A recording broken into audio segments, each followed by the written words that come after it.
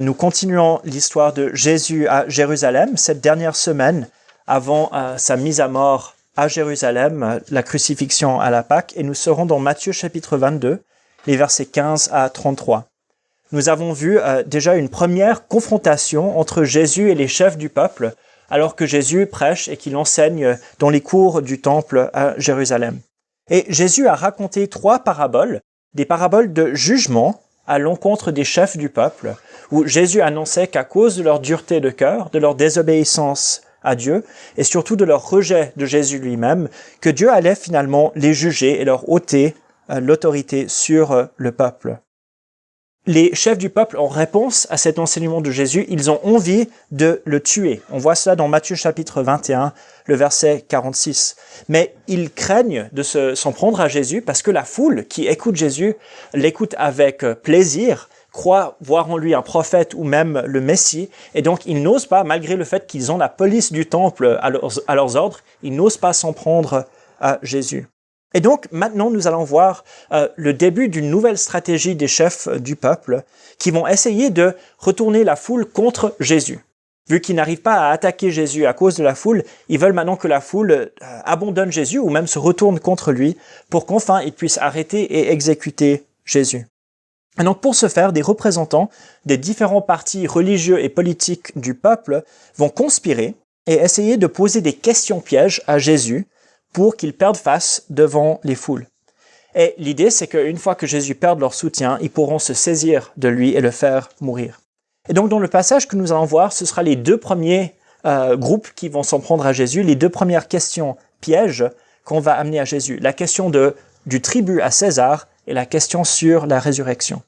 Donc, je vais lire Matthieu 22, les versets 15 à 22, la première partie. Alors les pharisiens allèrent se consulter sur les moyens de prendre Jésus au piège de ses propres paroles. Ils envoyèrent auprès de lui leurs disciples avec les Hérodiens. « Maître, lui dirent-ils, nous savons que tu es véridique et que tu enseignes la voie de Dieu en toute vérité, sans redouter personne, car tu ne regardes pas à l'apparence des hommes. Dis-nous donc ce que tu en penses. Est-il permis ou non de payer le tribut à César ?» Mais Jésus, qui connaissait leur malice, répondit « Pourquoi me mettez-vous à l'épreuve, hypocrite ? Montrez-moi la monnaie avec laquelle on paye le tribut. » Et ils lui présentèrent un denier. Il leur demanda « De qui sont cette effigie et cette inscription ?»« De César, lui répondirent-ils. » Alors il leur dit « Rendez donc à César ce qui est à César, et à Dieu ce qui est à Dieu. » Étonnés de ce qu'ils entendaient, ils le quittèrent et s'en allèrent. Bon, pour comprendre cette histoire, qui est quand même assez connue, on entend encore aujourd'hui l'expression « il faut rendre à César ce qui est à César », un peu moins la deuxième partie, il faut savoir dans qui s'en prend à Jésus. Nous avons les pharisiens, que nous savons s'opposent à Jésus depuis son ministère en Galilée, et qui maintenant à Jérusalem continuent à s'en prendre à lui. Mais maintenant ils agissent avec ruse. Ils vont pas lui parler directement, mais ils vont envoyer leurs disciples pour confronter Jésus. Mais en plus de cela, ils vont s'allier avec les Hérodiens. Et qui sont ces gens, les Hérodiens ? C'est intéressant, on ne trouve pas cette même expression en dehors des évangiles, et donc on n'est pas exactement sûr, mais très probablement, l'idée, c'est pas un groupe religieux ici, mais les partisans politiques de la famille d'Hérode, qui régnait sur des grandes parties d'Israël à l'époque, et qui préconisaient la collaboration avec Rome, avec l'occupation romaine. Et donc, ici, il s'agit des partisans politiques de la dynastie d'Hérode avec les gens les plus zélés religieusement qui sont en train de venir vers Jésus avec cette question sur l'impôt. Et c'est intéressant. Normalement, les pharisiens et les hérodiens ne travailleraient pas ensemble parce que les pharisiens sont très attachés à la nation juive, à l'indépendance, tandis que les hérodiens étaient très attachés à la collaboration avec Rome. Mais pour se débarrasser de Jésus, ils sont prêts à travailler ensemble. Et donc, ils posent cette question sur le tribut. Ça, c'est au verset 17. Le tribut, c'était une taxe qui devait être payée par tous les hommes en âge de travailler partout dans l'Empire romain, y compris en Judée. Et cette taxe signifiait la reconnaissance de l'autorité romaine. Et d'après ce que nous voyons dans ce passage, il semblait que les pièces avec lesquelles on devait payer le tribut devaient porter justement l'effigie de l'empereur dessus. Et donc non seulement c'était une manière d'enrichir l'empire qui avait conquis tous ces peuples, c'était une manière de rappeler au peuple conquis qui était vraiment le roi, qui était vraiment le chef.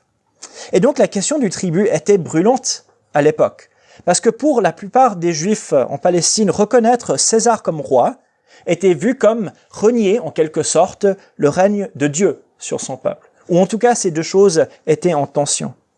De plus, vu qu'à cette époque, le peuple juif attendait la venue du Messie à n'importe quel moment, et vraiment il savait que le royaume des cieux était sur le point de venir, la question de qu'est-ce qu'on allait faire de cette taxe, qui était la taxe des ennemis, était de plus en plus importante. Parce que l'idée c'était, le Messie va venir, on va mettre les Romains dehors, il faudra plus payer la taxe. Et donc une des questions c'est, si nous avons la foi que le règne vient, est-ce qu'on continue de payer cette taxe des ennemis de Dieu?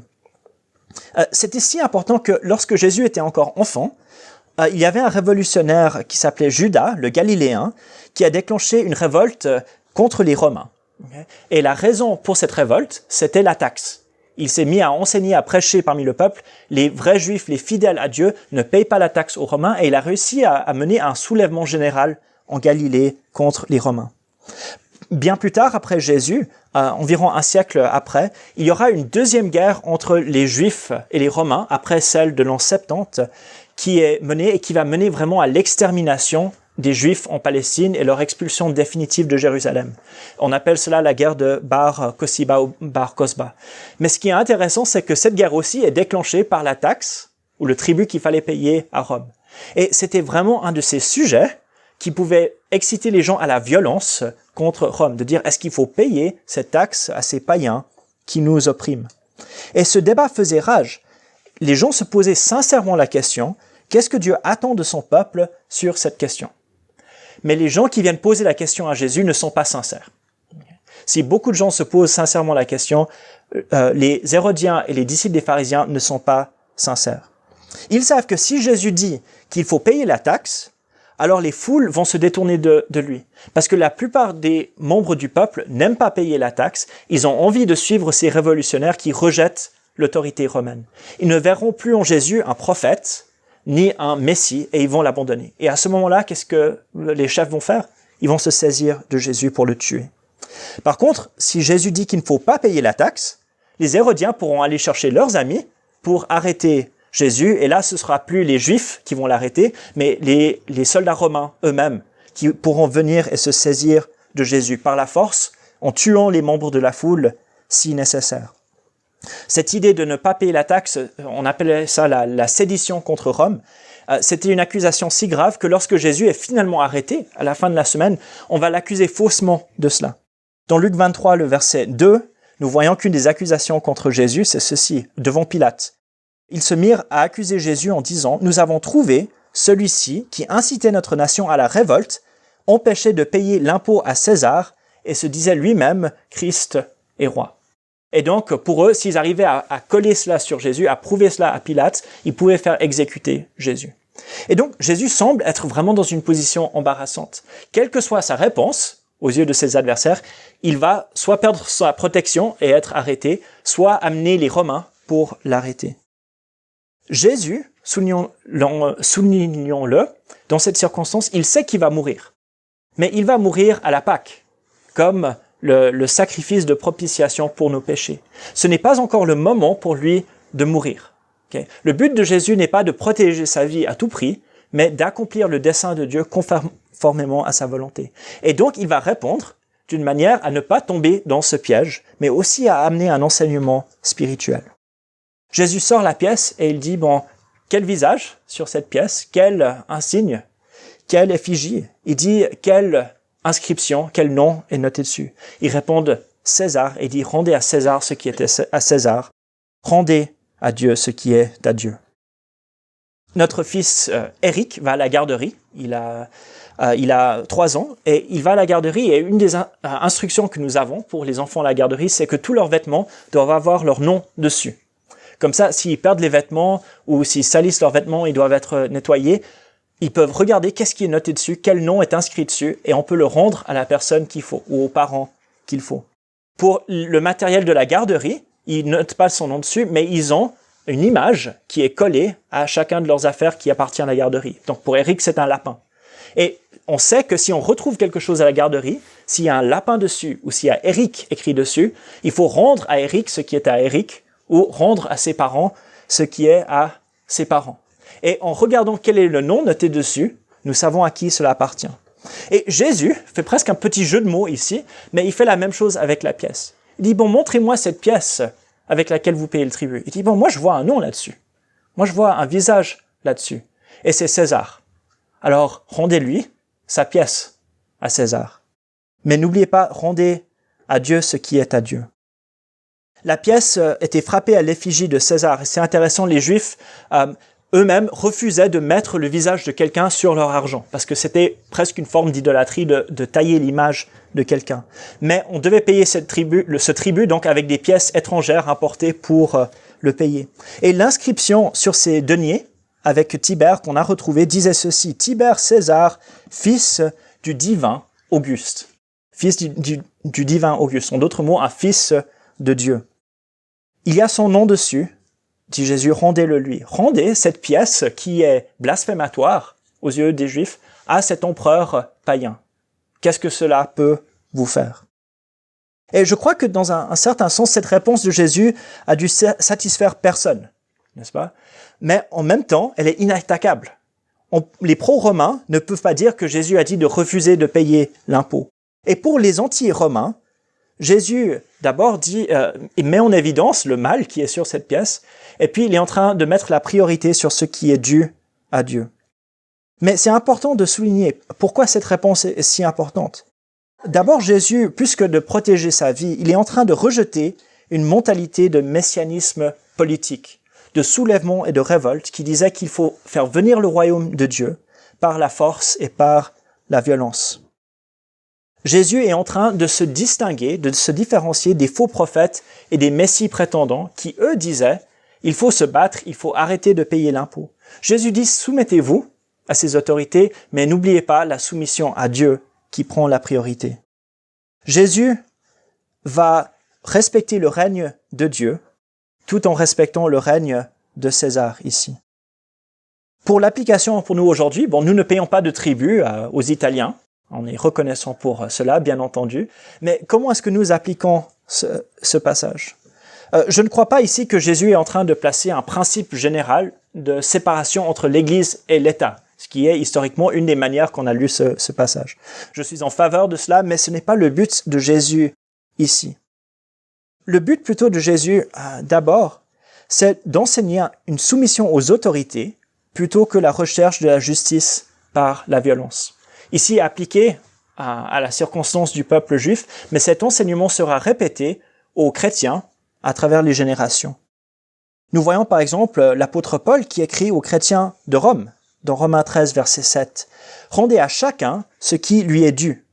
La taxe, à qui vous devez la taxe, l'impôt à qui vous devez l'impôt, la crainte à qui vous devez la crainte, l'honneur à qui vous devez l'honneur. » Et je crois que Paul y fait référence à cette même histoire ici. Rendez ce qui est dû dans les impôts. Et donc nous apprenons que l'évasion fiscale est un péché condamné dans le Nouveau Testament. Et nous sommes appelés, en tant que chrétiens, à respecter les autorités par l'honneur qui leur est dû, mais aussi en payant honnêtement nos impôts. Et cela fait partie de ce que Dieu attend de nous en tant que chrétiens, même si les impôts vont aux Romains. C'est ce que Dieu attend. Une deuxième chose qui est dite donc par l'apôtre Pierre ici, dans 1 Pierre chapitre 2, les versets 13 à 15, il dit « À cause du Seigneur, soyez soumis à toute institution humaine, soit au roi comme souverain, soit au gouverneur, comme envoyé par lui pour punir ceux qui font le mal et louer ceux qui font le bien. Car c'est la volonté de Dieu qu'en faisant le bien, vous réduisiez au silence l'ignorance des insensés. » Nous nous soumettons aux autorités, car nous reconnaissons le règne de Dieu. Jésus répond à des gens qui disent il faut ne pas se soumettre aux autorités car nous reconnaissons le règne de Dieu. Et Jésus change la donne.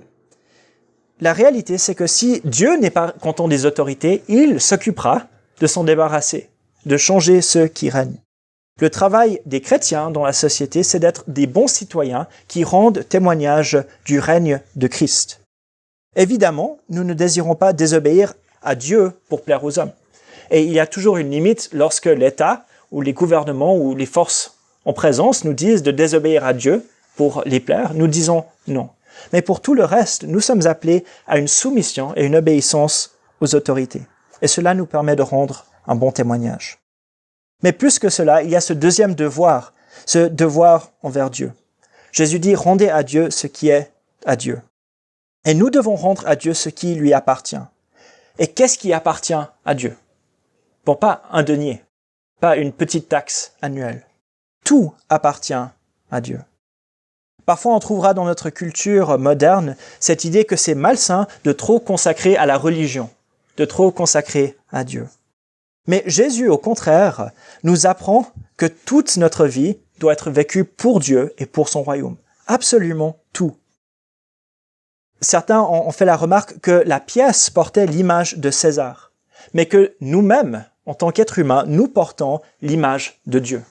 Et donc, tout notre corps, tout notre être doit être rendu à Dieu.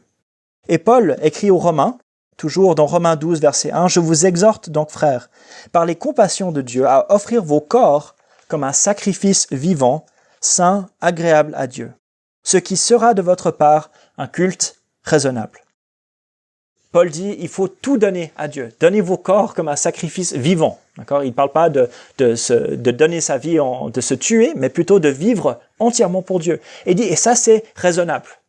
C'est ça qui est normal, parce que Dieu attend que nous lui donnions tout. Se donner corps et âme à Dieu, c'est la seule manière sensée de vivre, et toute autre approche serait stupide. Et donc, Jésus répond à ses opposants, et les pharisiens, les hérodiens, ils ne savent pas quoi répondre, et ils vont partir. Et c'est au tour des Sadducéens. Et on lit Matthieu 22, les versets 23 à 33 à la suite. Le même jour, les Sadducéens, qui disent qu'il n'y a pas de résurrection, s'approchèrent de Jésus et lui posèrent cette question. « Maître, Moïse a dit, si quelqu'un meurt sans enfant, son frère épousera la veuve et suscitera une descendance à son frère. Or, il y avait parmi nous 7 frères. Le premier se maria et mourut. Et comme il n'avait pas d'enfant, il laissa sa femme à son frère. Il en fut de même du 2e, puis du 3e, jusqu'au 7e. Après eux tous, la femme mourut. À la résurrection, duquel des 7 frères sera-t-elle donc la femme? Car tous l'ont eue. Jésus leur répondit, « Vous êtes dans l'erreur, parce que vous ne comprenez ni les Écritures ni la puissance de Dieu. Car à la résurrection, les hommes ne prendront pas de femmes, ni les femmes de mari, mais ils seront comme les anges de Dieu dans le ciel. Pour ce qui est de la résurrection des morts, n'avez-vous pas lu ce que Dieu vous a dit? Moi, je suis le Dieu d'Abraham, le Dieu d'Isaac et le Dieu de Jacob. Dieu n'est pas le Dieu des morts, mais des vivants. » Les foules qui écoutaient furent frappées de l'enseignement de Jésus. Les partis en présence changent et maintenant nous avons les Sadducéens. Et les Sadducéens, c'était le parti des aristocrates. C'était pas le parti populiste, mais c'était vraiment le parti aristocratique du pouvoir héréditaire du peuple. Il s'agit donc du souverain sacrificateur, de sa famille et de ses proches, des aristocrates de Jérusalem. Et eux, ils avaient une seule idée en tête. C'était de préserver les choses comme elles étaient. Assez normal pour les gens qui sont déjà au pouvoir. Mais ils faisaient cela sur le plan politique, mais aussi sur le plan religieux. Ils recherchaient la stabilité plutôt que le changement. Et donc les Sadducéens ne reconnaissaient pas la tradition des anciens, que prêchaient donc les pharisiens. Et avec cela, ils étaient d'accord avec Jésus. Mais eux aussi, ils ne reconnaissaient pas les autres livres de l'Ancien Testament à part la loi de Moïse, à part la Torah, donc les 5 premiers livres de l'Ancien Testament. Et c'était seulement cet enseignement-là qu'ils acceptaient. Et à cause de cela, ils rejetaient l'enseignement de la résurrection des morts. Qu'un jour, Dieu allait ramener les justes à la vie pour la vie éternelle. Et ils désirent donc piéger Jésus. Et ils posent une colle à Jésus.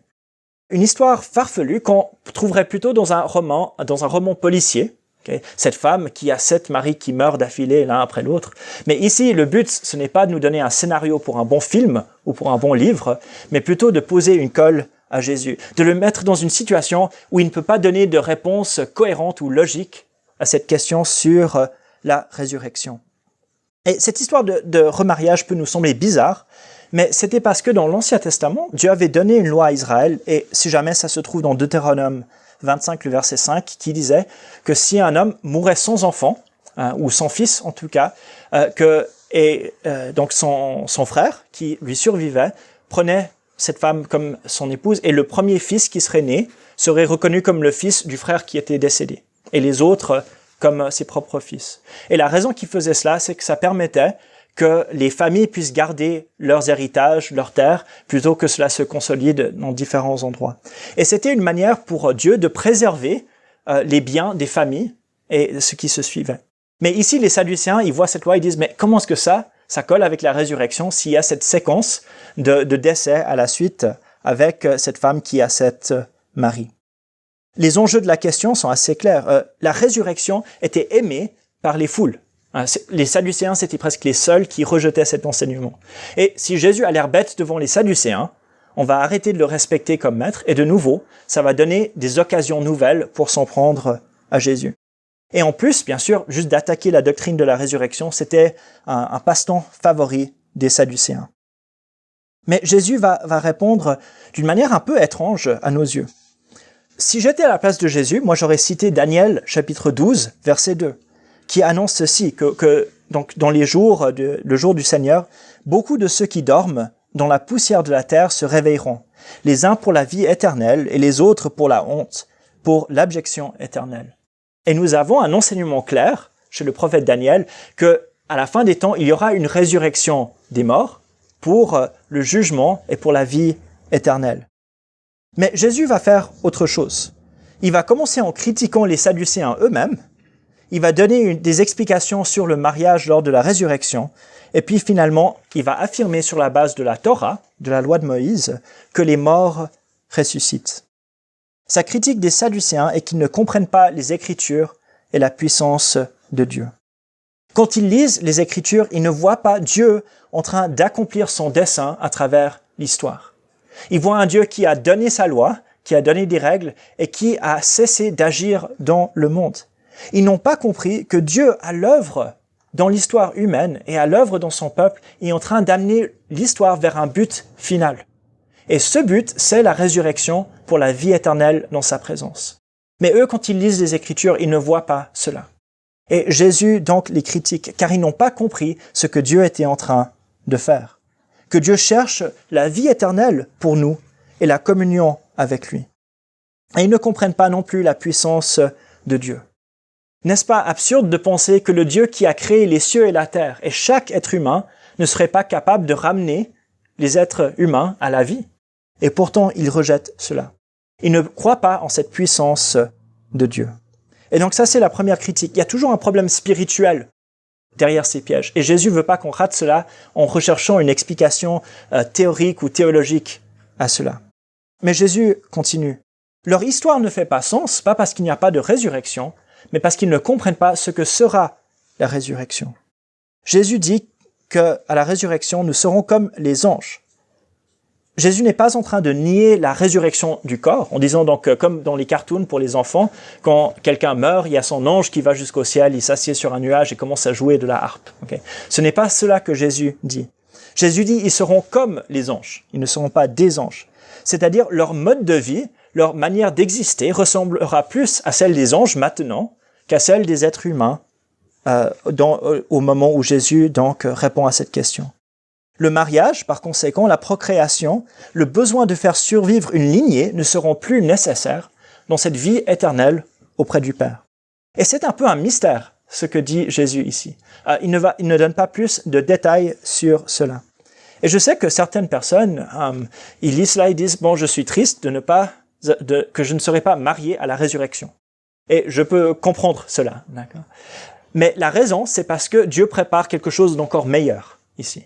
Et nous ne savons pas qu'est-ce qui sera meilleur que le mariage à la résurrection. Mais nous savons que Dieu prépare cela. Et qu'une vie sans mariage, sans donner et être donné en mariage, une vie sans cela, c'est quand même une vie merveilleuse que Dieu prépare. Mais nous aurons une continuité dans la résurrection, mais aussi une transformation et un mode de vie différent. Et Jésus révèle ce mystère sans aller plus dans les détails. Mais il termine par une défense de la résurrection sur la base de la Torah. Jésus cite Exode chapitre 3, le verset 6, où Dieu dit à Moïse, « C'est moi le Dieu de ton père, le Dieu d'Abraham, le Dieu d'Isaac et le Dieu de Jacob. » Et n'est-ce pas extraordinaire? Jésus dit, bon, Dieu, quand il a dit cela, c'était pas juste pour s'identifier. C'était parce que Dieu voit Abraham et Isaac et Jacob comme vivants. En d'autres mots, Dieu était et il est toujours en train de les garder en vue de la résurrection des morts. Jésus n'est pas en train de dire « Nous savons que leur âme est au ciel » parce qu'il dit cela. Il dit non, nous savons que la résurrection va venir parce que Dieu dit cela. Et il y a une différence. Dieu peut dire « Je suis le Dieu d'Abraham, d'Isaac et de Jacob » parce que leur histoire n'est pas terminée. Parce que Dieu garde quelque chose en réserve pour eux. Ils sont encore vivants car Dieu les garde pour la vie éternelle. Dieu leur réserve un avenir. Et l'auteur de l'Épître aux Hébreux va reprendre le sens de cet enseignement lorsqu'il résume l'histoire des gens de foi dans l'Ancien Testament. Et en parlant des patriarches dans Hébreux 11, les versets 13 à 16, il écrit « C'est dans la foi qu'ils sont tous morts, les patriarches, sans avoir obtenu les choses promises. Mais ils les ont vus et salués de loin, en confessant qu'ils étaient étrangers et résidents temporaires sur la terre. Ceux qui parlent ainsi montrent clairement qu'ils cherchent une patrie. Et s'ils avaient eu la nostalgie de celle qu'ils avaient quittée, ils auraient eu l'occasion d'y retourner. Mais en réalité, ils aspirent à une patrie meilleure, c'est-à-dire céleste.